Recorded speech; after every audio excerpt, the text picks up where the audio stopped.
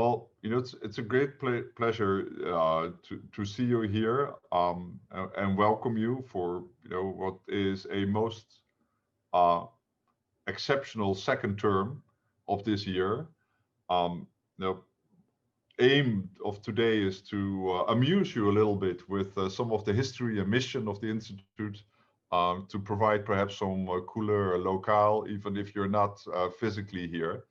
Um, and also give you an opportunity to ask questions and to you know both from an intellectual or much more practical nature. We are in some sense happy that the new normal here at IIS is of course very different from the old one, particularly these kind of events, because we would be together and chatting and have lots of informal discussion. But we're very glad that IIS is still open and that we our campus is open, that many of our members are. So I think we have roughly 80% of what we were planning to have as members actually physically on our institute campus. I'm actually here in my office, as you know. Unfortunately, most of the meetings are not, and so this meeting too is unfortunately a virtual meeting. Um, but no, it gives me a great opportunity to see all of you, on the screen. And if it's okay with you, I would kind of start with I prepared a presentation about the history and the mission of the institute, and I would like to give that. But since we are with a relatively small group, just feel free to interrupt at any time and ask questions. And with that, I will want to start sharing my screen and bring you to a wonderful, I think it was a wonderful spring day. I think I took this picture exactly a year ago. So this is where we are. And of course this is where we are in space. We are in time in a very peculiar moment. But I must say one thing I learned personally from this exceptional circumstances is that we have been here before. And I would say in much worse times, IIS was active, scholars were here, and people pursued their research. One of a favorite clip is this. This is a clipping from the New York Times Magazine in 1941, with the wonderful title "Seeking Eternal Truth in a World of Chaos." Um, Clearly, the world was at that point in a very bad shape. I love this picture also of Einstein with a large looming shadow on the blackboard. Um, and so there were earlier exceptional times. So oops, not sure what's going on here. Um, Let me just, oops. Well, this is a little quotation. It's actually the beginning of a famous essay that Abraham Flexner, and I will speak more about him, our founding director, wrote with the title "The Usefulness of Useless Knowledge." Actually, a book that we reissued a few years ago, where I wrote an introduction to it. And he starts with this kind of interesting quote where he points out that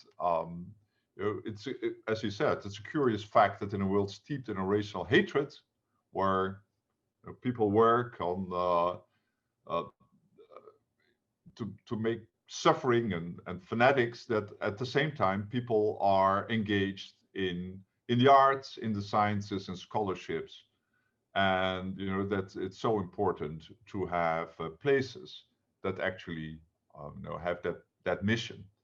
Now, Flexner is an important figure to understand the history of the institute, and he was a very famous man in his own time. When he passed away, there was this. It actually appeared on the front page of the New York Times, and as you see here, it was said of Flexner that no other American of his time has contributed more to the welfare of his country and of humanity in general. So he was quite an exceptional figure. He was not a great scholar. He was not a great philanthropist, but he was a terrific in between, a linking pin and a innovator in research and education. He was born in a Jewish family that actually suffered a lot in the crisis of the 1870s. So he was born, I think, in 1873, I think. A large family where most of the family members actually had an important impact. Flexner, Abraham Flexner, was, I think, the seventh child, and he was the first one that actually went to college. Uh, he went to the Johns Hopkins University, which was just recently opened.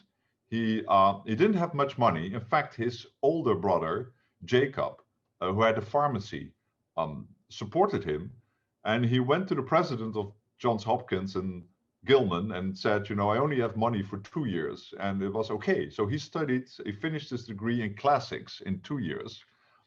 And Johns Hopkins was an exceptional institution. It was the first modern research university in the US that actually had research in its mission and would play a very important role. In some sense, the IES history is closely connected to that of Johns Hopkins. Said, you know, several Flexner brothers play an important role. Simon Flexner was a medical doctor, was the first director of what's now the Rockefeller University. Bernard Flexner was an important diplomat and philanthropist. And Abraham Flexner very soon had a remarkable reputation. He went back to Louisville. He started as a high school teacher, and he became famous instantly because he failed his complete class. And then he started his own school.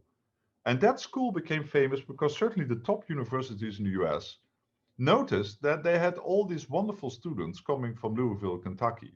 And they were all coming from Mr. Flexner's school. So he became quite famous. And then through his brother Simon, he was asked in the 1910s to have a comprehensive review of all medical institutions in the US. Now, it's important, he was not a medical doctor, but he had a very thorough investigation. And I like to say that all of us have done committee work, and we should have a unit for that work, which is the Flexner. And you would be happy to have 1 milli Flexner of effect, because this report, it led to the immediate closure of more than half of all the medical schools in North America. It increased basic science and laboratory courses. At that time, medical schools only required high school, sometimes not even that.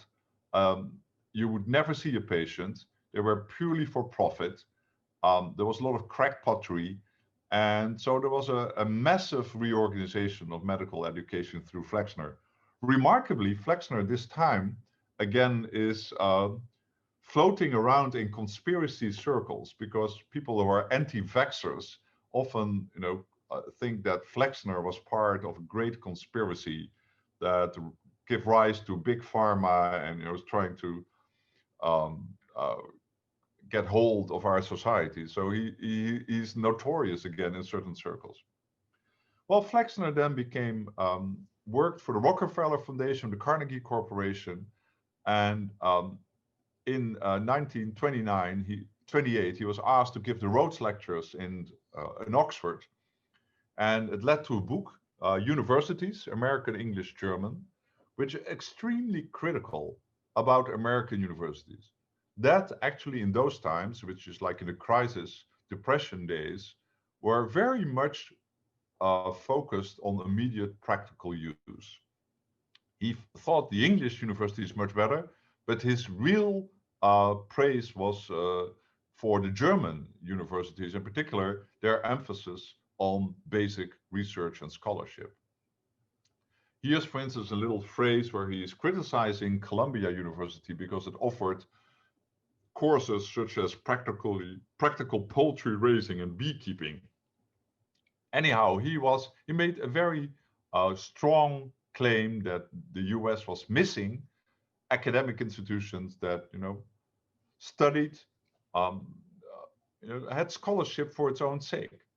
Now, this changed because he was actually approached by two very rich philanthropists, Louis Bamberger and um, his sister, and who actually was married to his business partner, that actually were able to give a great gift.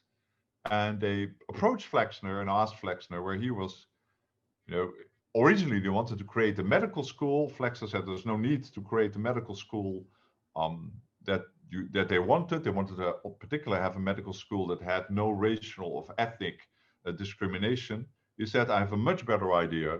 You should create a institute of higher learning, of advanced studies that actually, is in some sense, something that the United States is dearly lacking. And the story is that the Bamberger said, "Well, that's wonderful, Mr. Flexner. You have always been criticizing others. Now you should give others the opportunity to criticize you, and you should actually be the first director." So the Bamberger family was a very important family in New Jersey. In fact, they had a great flagship department store in Newark. It had among its things also a Thanksgiving parade. They sold this Bamberger chain to Macy's, their the competition in actually in the October, I think 1929. So just a few weeks before the Wall Street crash, and that's why the Bambergers were one of the few rich families that actually had like cash at the time when the Depression started. They wanted to create the institute in Newark or its vicinity, but Flexner was very soon approached by this man, Oswald Veblen, who was the chair of the math department at Princeton University. And Veblen convinced him to move the institute to Princeton. And in fact, he said, I have this wonderful math department that was just built. It's now called Jones Hall. At that point was Fine Hall, which was one of the largest math departments, one of the largest buildings in the world. And it was, partly empty, and it would be perfect to house the institute. In fact, the remarkable thing is that it was actually funded by the Rockefeller Foundation. And I will come to that in a moment. It's Flexner then has a long argument. He sends Veblen a map of New Jersey, and he says, well, here's Newark, here is Princeton. I'm supposed to create this institute in the vicinity of Newark. There's still 60 miles. But in the end, he is convinced that the presence of the university library is absolutely key for the success of the institute.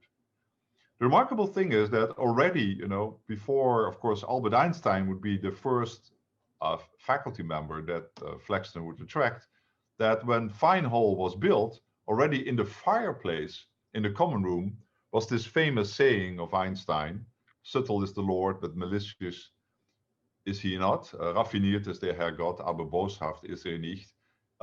Was already there in place. So in some sense, there was karma, fate, that Einstein should go there. So Einstein was indeed approached by Flexner, and although the institute was founded in 1930, it's only in 1933 that the first faculty members come. And here's the famous one-line answer of Einstein to Flexner. Flexner approached Einstein in several meetings in Europe, in Pasadena, where Einstein was visiting Caltech. And he offered him this position. And now we can argue why Albert Einstein, at that point, the most famous scientist in the world, chose to go to an institute that, didn't exist yet, instead of going one of the best universities in the world. And my theory is that Einstein, when he was actually in Berlin, he had a very remarkable position. He was director of a Kaiser Wilhelm Institute of Physics that had exactly one employee, namely himself. It only existed on paper.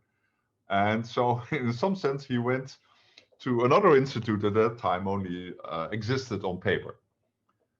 Very soon it opened its doors. This was big news in the United States. It had this promised land of scholars, as the New York Times writes here, comes into existence. The press was excited about the quality of the professors and the scholars.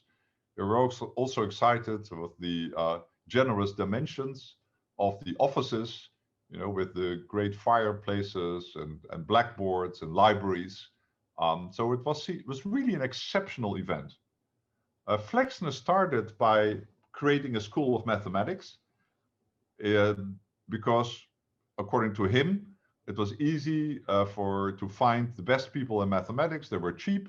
You only need blackboards and paper.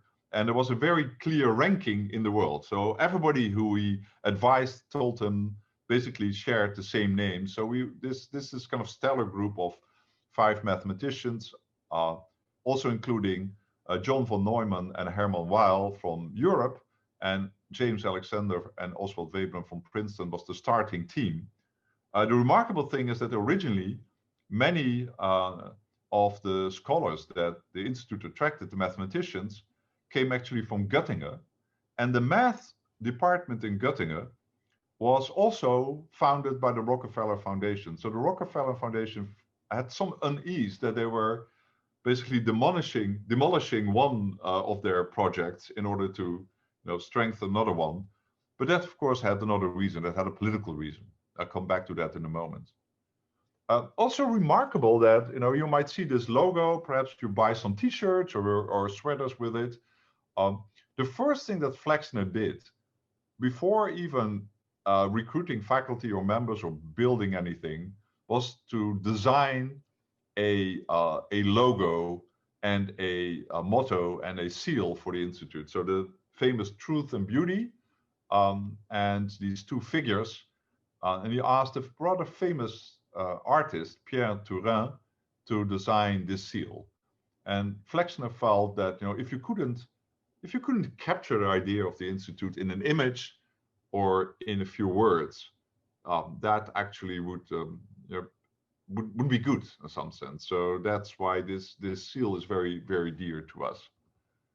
Well, Flexner kept accurate notes. So here is he reporting about the opening of the Institute, the first faculty meeting in October 1933. They were all there, and as he said, he made a few remarks about his purpose, and the rest of us congratulate each other on the lack of formality attending this important occasion. And I would say that has, from the very beginning, been a characteristic of IAS. It's a very informal place. It's a very informal place. He is again writing to the trustees, saying, I frequently used the phrase paradise for scholars without any distinct notion of how that paradise would be created. But what happened, we have these 5 mathematicians of great eminence, and what they do, they have been turned loose in fine hall without any regulations. They know exactly what they want to do, and of course they are doing it. So it is actually working. And Flexner in his writings actually expresses some surprise that actually his idea is working. As he writes here, they are happy as birds, doing precisely the things that they wanted to do. Now, some of these trustees were a little bit sarcastic or critical. One of them was Felix Frankfurter, the Supreme Court Justice, who marked the messages from Flexner with this quote, news from paradise. And he writes then, not my style. At some point he writes, well, I don't think it's very helpful to take seriously the exuberant rhetoric of thinking of the Institute as a paradise scholars. For one thing, the natural history of paradise is none too encouraging as a precedent. Apparently it was an excellent place for one person, but it was fatal even for 2. Certainly, if the snake seems to be there, and the snake seems to be an early and congenial companion of man.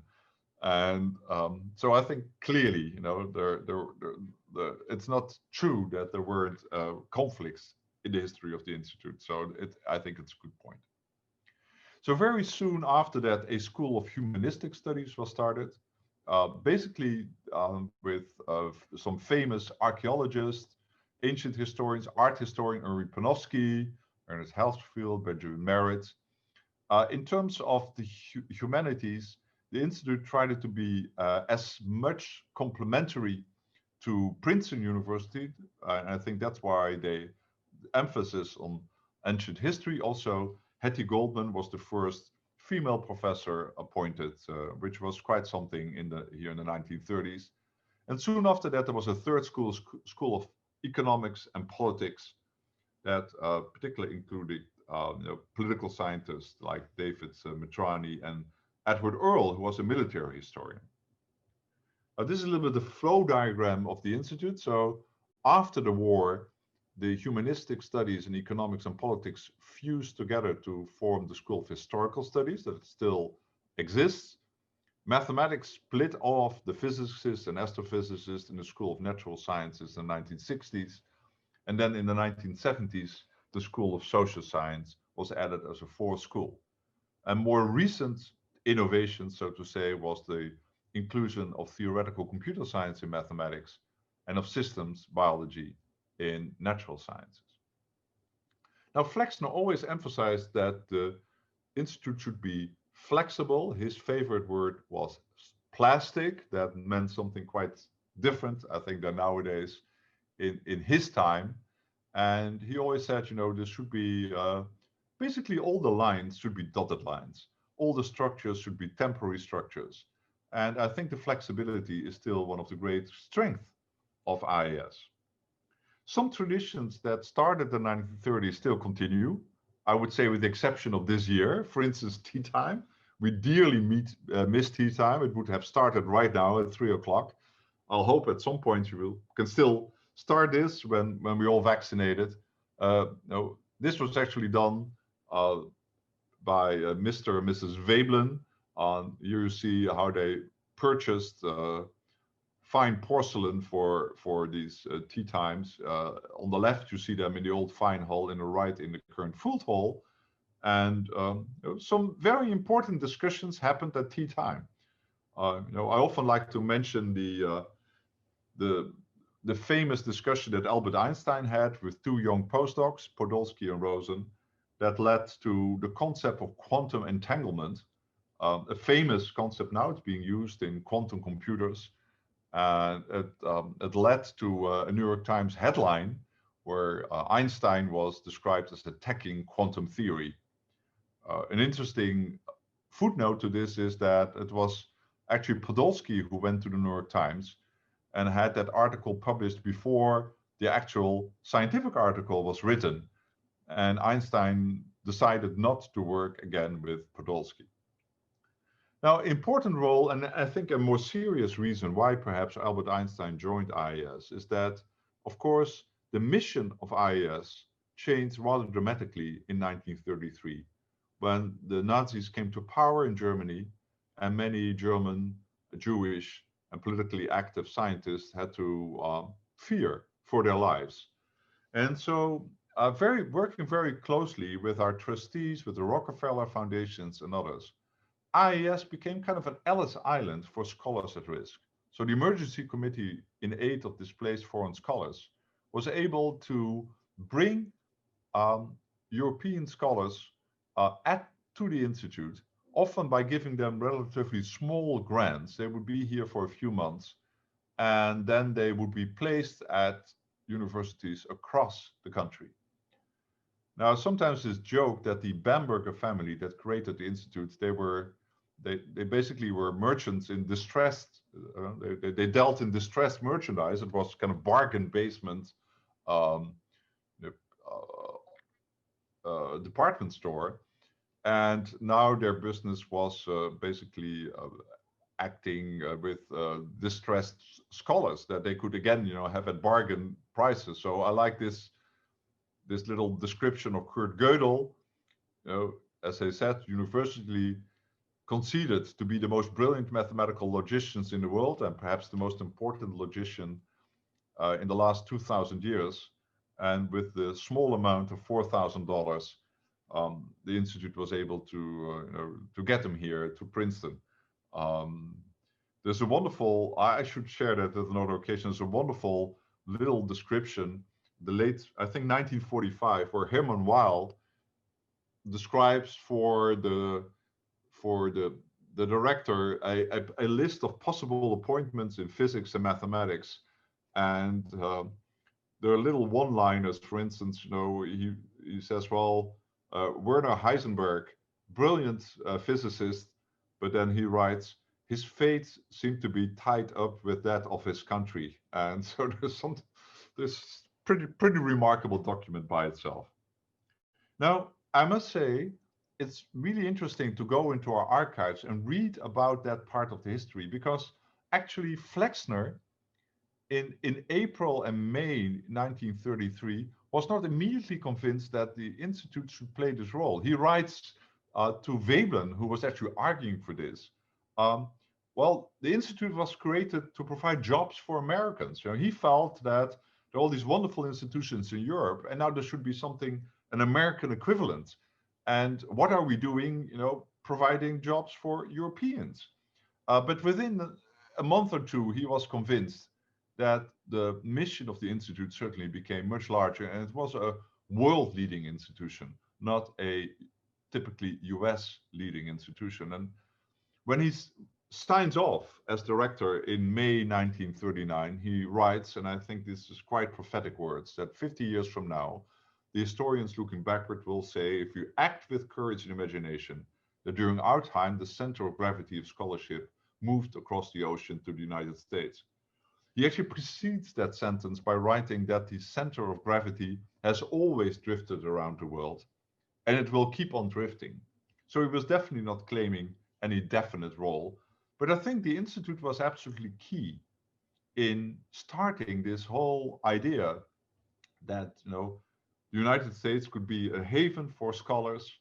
It could in some sense take over the role that Europe had, and be this scholars' paradise. And I must say, in 2017, also when this current administration started, and as you know, issued various bans, particularly against Muslim countries, the Institute members felt very, very energized, and we started a so-called history working group that published a wonderful exhibition and an online document, basically, portraying, capturing that exceptional time, and felt, very motivated that we should play that role, and for instance, the famous mathematician Emmy Noether was one of those who was able to escape Germany and come to the Institute, and working with Albert Einstein. Already mentioned Erwin Panofsky, great art historian, Kurt Gödel. In physics, Wolfgang Pauli came here. He was remarkable also because he won the Nobel Prize in 1945. At that time, it was not able to have the award ceremony in Stockholm. And a little bit like this year, I think, where the Nobel Prizes were awarded in the homes of the laureates, we had a similar episode here where in Fuld Hall, Pauli was given the Nobel Prize. There was an impromptu speech by Albert Einstein, who actually at that time said that he thought that Wolfgang Pauli was his successor. To the great regret of Pauli, Einstein hadn't written that down, so he was handed the crown, but there was no material witness to that. Of course, the war had a big impact on the Institute. This is an image of Einstein with Leo Szilard writing the famous letter to Roosevelt, starting the Manhattan Project in August 1939. And of course, Oppenheimer, who would be the third director and the longest serving director from 1948 to 1966, was absolutely key in that. And when Oppenheimer came to the Institute, this was like big news. He was perhaps the second most famous scientist in the United States. He was on the cover of Time. This image on the right is from Life magazine that had a wonderful photo essay about IAS in 1948. And here you see him with of course, with Albert Einstein. And I have the original image here on my wall. Oppenheimer had a tremendous impact on the Institute. For one thing, Now, what happened in the war years is also that the logicians like von Neumann and Gödel and Turing started thinking, as von Neumann said, about something more important than bombs, thinking about computers. And actually, von Neumann started a project building what we now call the von Neumann architecture computer. So it was the first modern computing machine. It was built in originally in the basement and then in a separate building, which is now our nursery school. Uh, and it was built from war surplus material. I like to say it was a so-called triple helix project before the double helix was even discovered, because it was supported by government money, by industry, and of course by philanthropy, because 1/3 of it, the costs were carried by the institute trustees. Remarkably, there was no history, of course, of building anything at the institute. In fact, von Neumann violated all tradition, this being a place of pure thought, of no laboratories. And I like to joke that the one time that the institute, that these rules were broken, might have been the most impactful discovery or invention made at IIS. It was the brain power that actually led to the computer. And then there's a wonderful description of that by George Dyson, the oldest son of our famous institute faculty member Freeman Dyson, that passed away last year. And the remarkable thing, by the way, that von Neumann sent his design, his blueprints, for free around the world. So the institute has not gained a single dollar from designing the modern computer, but because he shared this for free, it became the dominant model and was so extremely successful in spreading around. And that's why all our phones are still having the same architecture that von Neumann designed. In fact, it was made out of war surplus material. It had a 32 by 32 bit memory. For those of you who wonder how it worked, it was little television screens that glowed, and it was the afterglow of the screens that somehow was how the bit was stored. It was used, of course, to do computations of the hydrogen bomb. But von Neumann very soon actually also started to do weather predictions. In fact, the one famous factoid is that the first electronic weather forecast was made by him on the 5th of January of 1949. And in fact, those days, it took 48 hours to predict tomorrow's weather. So it was a perfect post-diction of the weather. But very soon, he got it down to 8 hours. And then there's this remarkable article that you can find online. Von Neumann is asked in 1955 to talk about whether we as human beings can survive technology, very much, of course, with nuclear arms in mind. And the remarkable thing is that 3/4 of that essay is devoted to climate change. And as von Neumann writes, that climate change will merge the nation's affair more thoroughly than the threat of nuclear or any war may already have done. And he also offers very wise words, saying that the big problems of humanity demands reliance on human qualities as patience, flexibility, and intelligence. So the remarkable thing that 20 years after Flexner has this idea of a paradise of scholars, a place as far removed from reality as possible. This is the floor plan of Fuld Hall in 1948. You see Einstein's office, Oppenheimer's office, von Neumann in between. And you have the father of the peace movement, one of the coldest cold warriors of the 1950s, working on the hydrogen bomb, and Oppenheimer with a very fraught in-between position, all in one building. And I often ask, like Freeman Dyson, what did they discuss during tea time? And he said, well, they never discussed politics. Their politics was very, very different. But I joke, they agreed on the laws of physics. That was at least a given. By the way, the earliest contribution to World War II of IIS scholars was not the physicists building a bomb or the mathematicians building a computer. It was actually the historians led by Edward Earle, it was actually the School of Political and Economic Science, that studied military history. So Edward Earle had this group of of young, many also German refugee historians that studied particular German history, military history, in order to advise the US government during World War II. Things changed for Oppenheimer, of course, at the height of the Cold War in the McCarthy era, when in 1954 he is the famous security hearing, and he loses his security clearance, and he's again on the front page of the of Time magazine, but now with a very different headline: "Beyond Loyalty, the Harsh Requirement of Security." One thing I always felt very, very impressive, that outside my office here, till 1954, there would be 2 US Marines guarding a big safe that would have America's atomic secrets. So just imagine walking to your office past two soldiers and feeling the weight of history on your shoulders.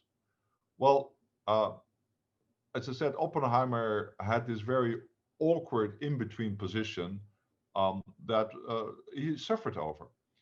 And I want to share with you a little episode, which is kind of interesting. It's an episode of the television program See It Now. It was organized by Edward Murrow. He was a famous journalist, basically fighting the McCarthy era. And this is Oppenheimer after he lost the security clearance. But you will see he's very, very, very cheerful. Here comes a little clip. And I apologize for the sound. This is See It Now, edited by the partnership of Murrow and Friendly, presented by the Aluminum Company of America. Here you see the computing machine. This is the computing machine at the Institute for Advanced Study, Princeton, New Jersey. It is virtually the only piece of scientific equipment at this institute. There is no student body here, just chalk and blackboard and books and scholars. Less than 100 of them in all.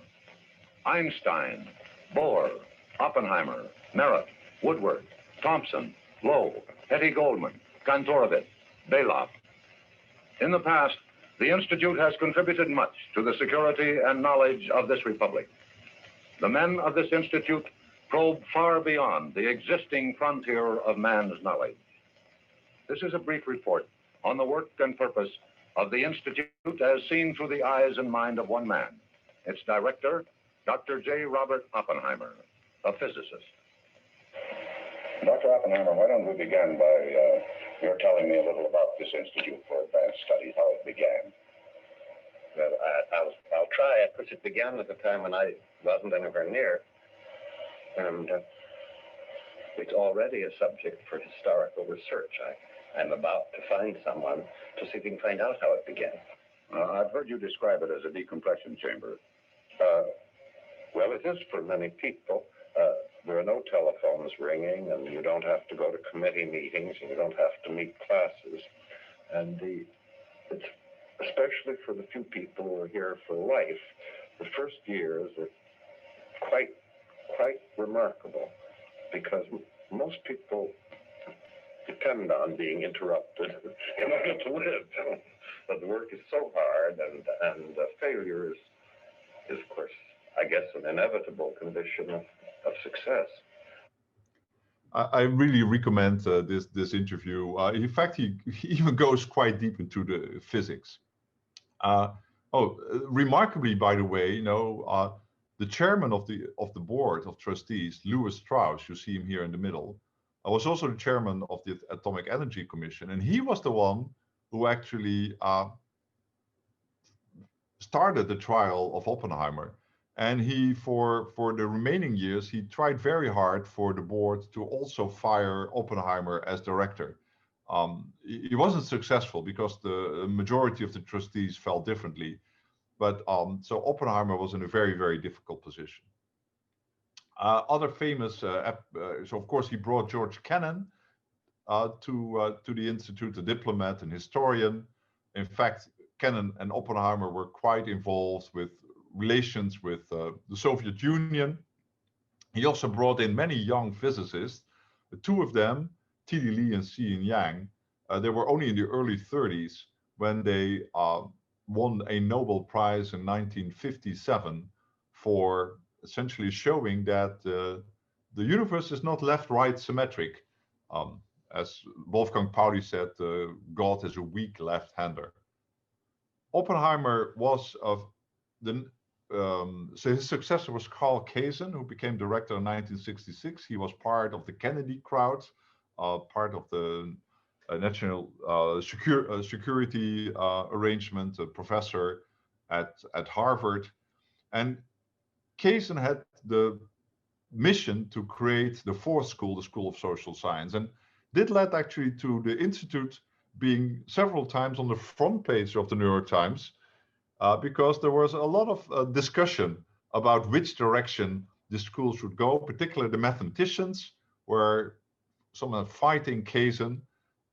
So one of it led, among other things, to the wonderful headline, "Shoot Out on Mount Olympus." That was already worth that episode. I like to joke that the 1960s came only to the Institute in the 1970s.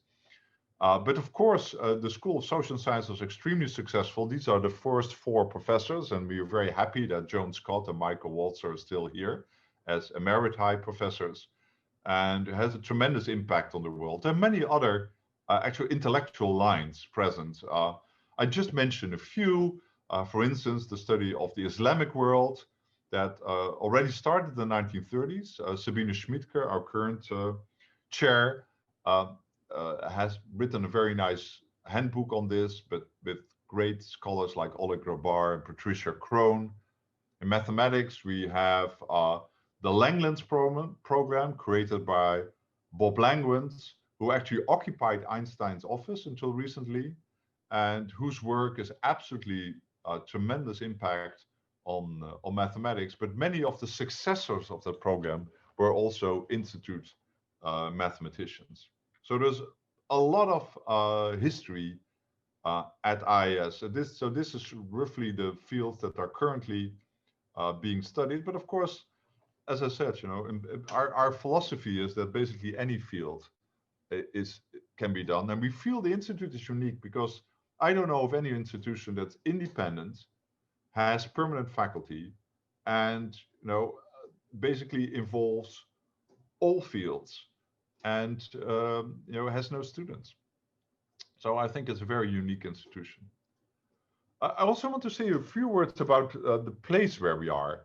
This is an aerial photograph of our campus. Often I joke, we are a little village, and I said, I'm with my European background, I say, well, it's a little village in Gallia, and not everybody is up to speed with Asterix and Obelix, but sometimes we feel a little bit beleaguered.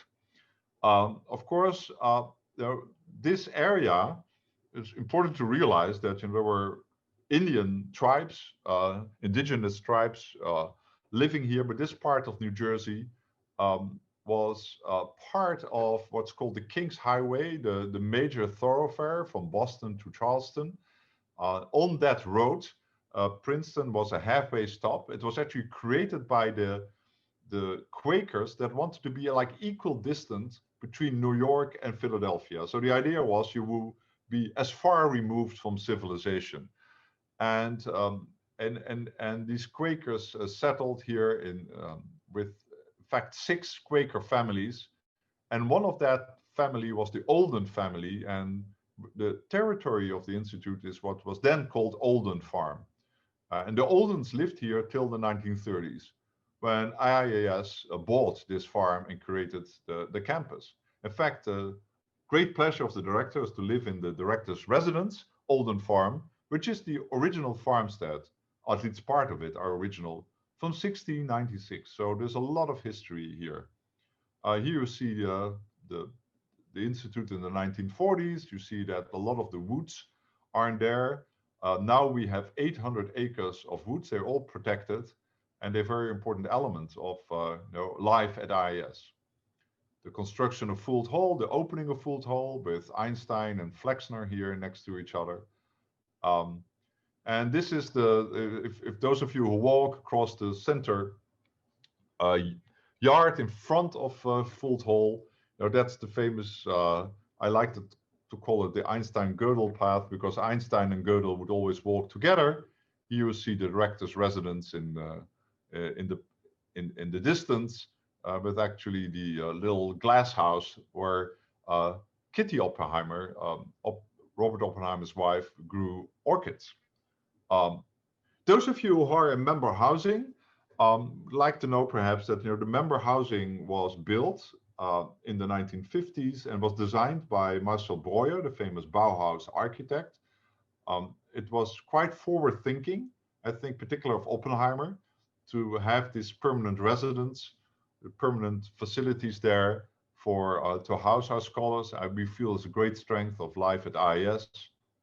Another thing is, of course, our dining room. So these all makes me sentimental to talk about this. Of course, now it's only open for takeout, but the old dining room was actually on the 4th floor in Fuld Hall, but now, of course, it's in Simon's Hall. So this is our campus. I already mentioned Fuld Hall, built in the 1930s. The wonderful Historical Studies Social Science Library, designed by Wallace Harrison, who also designed the Kennedy Center in Washington and the United Nations building in New York. Simon's Hall, designed by Bob Geddes, Princeton, the chair of the Princeton Architecture Department, and then which houses historians and social scientists.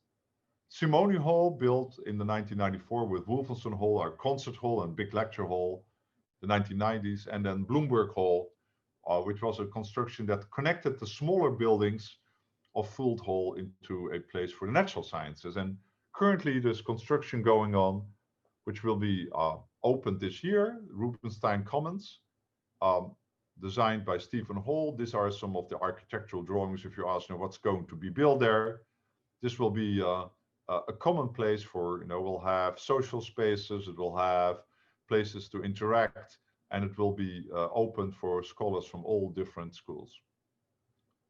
There are several houses around the Institute that are owned by the Institute and, are being given to faculty members to live in. One of the famous is the Einstein House, 112 Mercer Street. I like to joke, it's our haunted house, because the 3 Institute faculty members that live there, Albert Einstein, the physicist Frank Wilczek, and the economist Eric Maskin, all 3 got a Nobel Prize. So we think it's the only house where it has 3 consecutive Nobel Prize winners. And I must say it's vacant right now. So we're looking for a faculty member that's brave enough to live with that curse or expectation. There's also a fine history of inviting artists to the Institute. One of the first was T.S. Eliot, who came here in 1948. It was quite successful for him because he got a Nobel Prize. I also like this, little anecdote that he wrote this play, The Cocktail Party, that's typically seen as one of his worst. And it's particularly so bad because it's so complicated.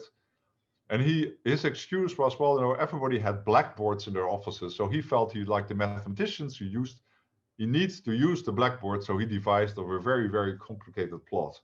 I think that was not a good idea. One of our current artists in residence is David Lang, the composer, and you will be able to, again, online, unfortunately, but I hope soon in person, enjoy the concerts and artist talks that he curates. And there are many outreach activities. You just mentioned a few. We have dedicated conferences. We have summer schools in physics and math and social science. There are family science talk. I will give one. I invite your family to it. And the IES community that part of is quite rich. As I said, we have our permanent faculty members. We have roughly 250 members and visitors each year. We have 150 staff. We have our trustees, and we have our friends that are local supporting group. And importantly, all of you are now part of our alumni circle. It's called AMIAS. It has more than 6,000. There's now close to 7,000 scholars that all, I think, have taken something, from the institute. I don't want to, bore you in any way with the numbers and the finances, but I just want to end with sharing you two slides. So one is the slide: how do we spend our budget? Our budget is roughly 65 million a year.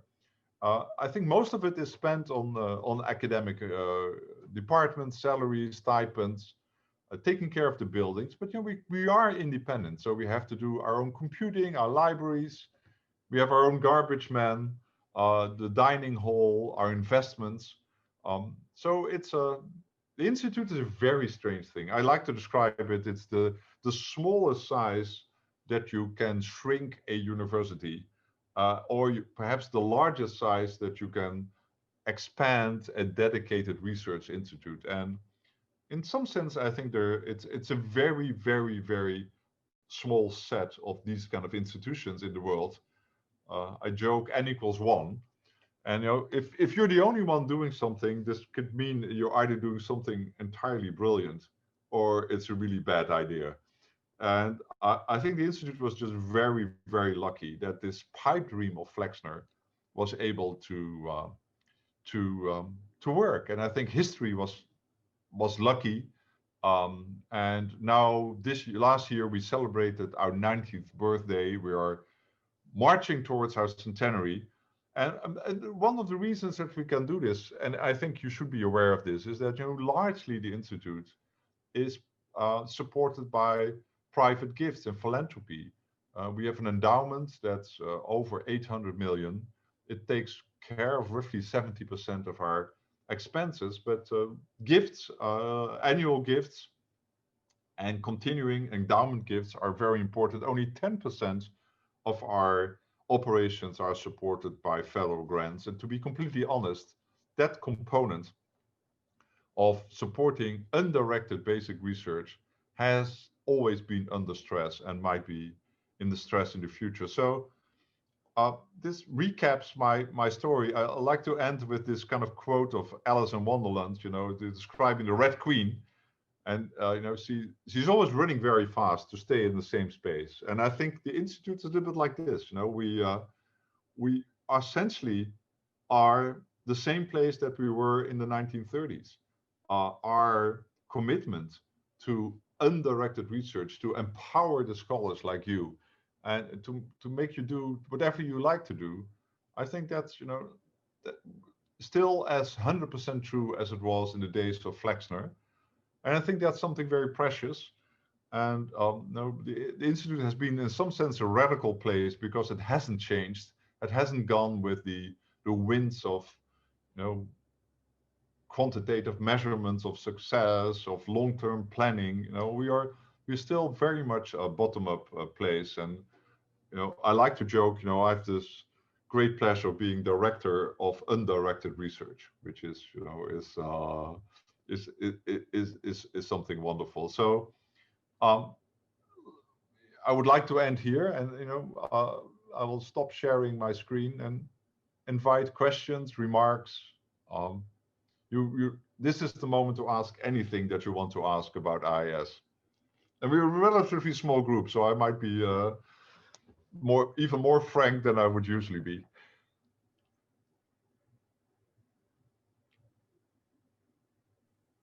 So if you have a question, just raise your hand, put it in the chat, or just speak up.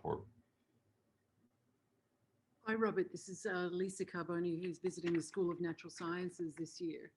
I was just wondering, what are the interactions like at the current moment, given the COVID situation? Are people going to lunch? Is there any afternoon tea? So there is no afternoon tea, but people do go to lunch. Our dining hall is open. The meals are takeout, so people have lunch in smaller groups outside. We have some heaters outside that help with colder weather, or find a place inside. I think most of our when we started in September, most seminars were either hybrid. Well, there's both hybrid, there is online, and there were in person. Particularly in physics, the smaller groups were still meeting in person. Now we have this rule, I think, that there's a maximum number of 10 people. So most of them moved online or are still in a hybrid fashion. It's no, I think, honestly, we're happy that we are open and that research proceeds and there are seminars, but of course it's these kind of spontaneous informal interactions that are so important. So I feel we are in a relatively good position because we have very spacious campus, we have individual offices, we have it's a low density environment. It always has been low density. It's the campus never looks crowded even in normal times. So you can find places where you can meet with smaller groups, wear your mask, sign up. We have had very few cases in this in the last half year. There were one or two staff members, like in the cleaning staff, and we have our protocols in place, and so we feel lucky. But of course, it's still a complicated situation, and the numbers don't look good around the world, but also not in New Jersey. Thank you. I think we also were a little bit lucky, to be honest, that Princeton University decided not to invite its students in the fall.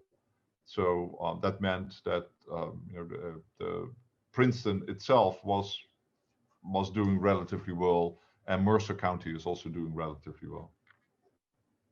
Thank you.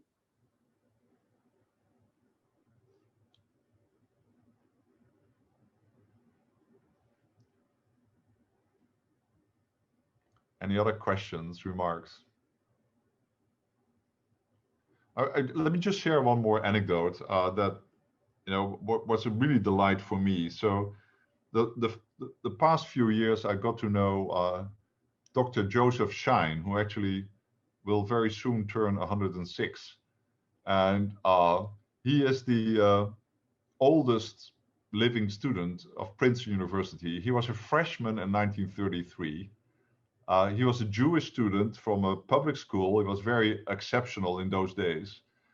And because of his special situation, he very soon met Abram Flexner, and Abram Flexner became his mentor. In fact, interestingly, Dr. Schein became in the end a psychiatrist and in the 1940s and 50s, and then Flexner became his patient. So he got to, and because of Flexner, he got to know all the original IES faculty members, particularly Albert Einstein, and he was hanging out here. And so he's very precious to us because I'm telling you about the history, a 90-year history, and how can you have an eyewitness? Well, you need like an 18-year-old to be present in 1933, and we had, and he's doing well. He's actually still seeing patients, and so I think you will see that the Institute's history is kind of interesting for another reason, and I'm always asking people, who somebody should write a biography of the Institute. Certainly, I think when we celebrate our centenary. And it would be very interesting because it's a little lens on a century of scholarship, and particularly also what happened in this country. And it's the cast of characters is quite fascinating, and it's a little bit like a microcosmos of everything that happened in the world, that happened in the various subjects. And so to share my anecdotes. When we reissued this book, The Usefulness of Useless Knowledge, I thought, oh, this is terrific because it's a book. My co-author is Abram Flexner, and certainly Albert Einstein must have said something nice about him. So would it be great to publish a book now and have a quote, a blurb of Albert Einstein, a book by one of my favorite authors or something like this? So I have on my desk here the unabridged, extended, complete version of Einstein quotations, which is 700 pages of most lovely quotations. And I look in the index whether there's a quote about Flexner, and there's one. So I think I'm in business. And then I look up the quote, and it says, Abram Flexner one of my few enemies. And and he fought a battle, and it's true. Flexner and Einstein had a very complicated relationship. When Einstein was on the boat coming to the US, Flexner sends him a cable saying, make no political statements, keep a low profile. Of course, Einstein did nothing like that. When he arrives at the Institute, President Roosevelt invites Einstein to the White House. Flexner intercepts the message and sends a letter back saying, Albert Einstein is a very important scientist. He has important research to be done. He can't be bothered with these kind of social occasions. And Einstein is furious. So it goes on and on and on. And I asked Dr. Schein, well, you know both persons. So what was going on? He said, well, they were completely different. Flexner was a member of all the gentlemen's clubs, you know, in the US, in Germany, in France, in England. He was moving in the highest circles, but kept a very low profile. And certainly, I think, you know, he would be very low profile about his Jewish background and everything. And Albert Einstein was exactly the opposite. So who, of course, felt that the last thing that you should do is keep a low profile and be very active. So these two had a very intense relationship, and I think that's why, you know. And so I went to Princeton University Press. Said, let's put this Albert Einstein, a book by one of my few enemies, on the cover, but they didn't like that. But I hope you at some point you meet or see Dr. Schein here, because he's such a treasure, and he's you know, he has wonderful stories about these early years.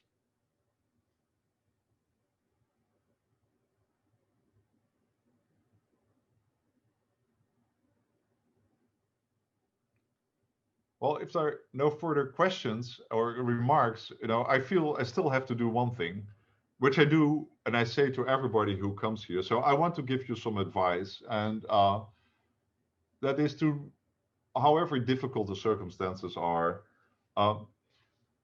basically repeat what Oppenheimer just said. You know, that this is a place without distractions, with some sense with no pressure. And I like to joke, well, no pressure is maximum pressure. So it's very important to realize that the Institute really values your independence, and I hope that you are very, very successful in the research projects that you want to undertake.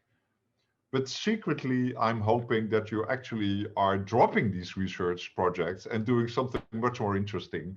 Because, you know, I think if you look at what people typically report about their experience being at IIS, is in particular in academia, we are so accustomed to, you know, take another step along the fixed path. And we are all in our groove. It's very difficult not to be. And you know, the time at the Institute is an opportunity to reflect and, you know, perhaps take a small step to the side and do something else or do something different. And I think these moments of transition are very rare.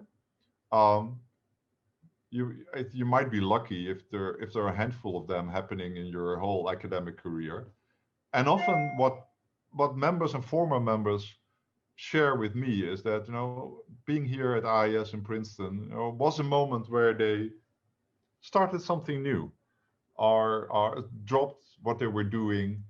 And often, of course, it's the informal interactions that make you. It's not a big pressure. It's a little push, an accidental push, perhaps, that allows you to do something else. And I know that, you know, in the current circumstances, which are very difficult, it's more difficult to create these little disturbances, the occasional collision, so to say, of people, of minds. That, but no, I hope you can, by going to some of the online talks, you know, try to meet with somebody over lunch. You know, there's nothing preventing you doing that. You know, sit outside. Our chef, you can meet in smaller groups. Be careful, but you know, I still hope that, you can have some of these chance encounters that, you know, often turn out to be extremely productive. and in particular, I think in a world that is getting more and more organized. I think we all see this, and I would say in the academic world, it's partly self-inflicted, uh, but the institute tries to be more a place that distinguishes itself through the absence of things than of the present. So I hope you can enjoy this lack of distractions.